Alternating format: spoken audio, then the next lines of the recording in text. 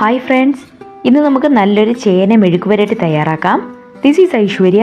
Welcome to taste with ice. ആദ്യം നമുക്ക് ചേനയൊന്ന് വേവിച്ചെടുക്കണം. അതിനായി ഒരു പാൻ വെക്കാം. അതിലേക്ക് ചെറിയ ക്യൂബ്സ് ആയിട്ട് അരിഞ്ഞ ചേന ചേർത്ത് കൊടുക്കാം. ഇനി ചേന വേവാൻ ആവശ്യമായ വെള്ളം 3/4 ഗ്ലാസ് ചേർക്കുന്നുണ്ട്. ഇതിലേക്ക് 1/2 ടീസ്പൂൺ മഞ്ഞൾപ്പൊടി, ആവശ്യത്തിനുള്ള ഉപ്പും ചേർത്ത് ഇളക്കി അടച്ച് വെച്ച് വേവിച്ചെടുക്കാം. ഇപ്പോൾ ചേനയിലെ വെള്ളമെല്ലാം വറ്റി വന്നിട്ടുണ്ട്.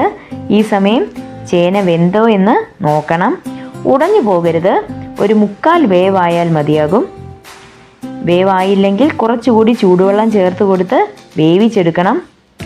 ഇനി നമുക്ക് മെഴുക്ക് വരട്ടാം. അതിനായി എണ്ണ ചേർക്കുന്നുണ്ട്. ഞാനിവിടെ 3 ടേബിൾ സ്പൂൺ എണ്ണയും 1 ടേബിൾ സ്പൂൺ നെയ്യും ചേർക്കുന്നുണ്ട്.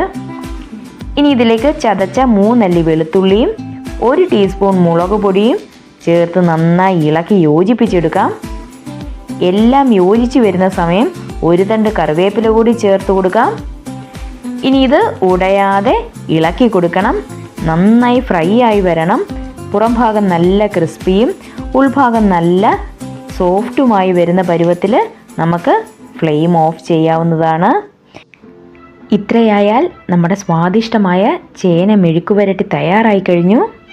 വളരെ എളുപ്പത്തിൽ തയ്യാറാക്കാൻ പറ്റും. എല്ലാവരും ഒന്ന് ട്രൈ ചെയ്ത് നോക്കി അഭിപ്രായം അറിയിക്കൂ. വീഡിയോ ഇഷ്ടമായാൽ ലൈക്ക് ചെയ്യാനും ചാനൽ സബ്സ്ക്രൈബ് ചെയ്യാനും മറക്കല്ലേ. വീണ്ടും കാണാം മറ്റൊരു റെസിപ്പിയുമായി. അതുവരെ ബായ്.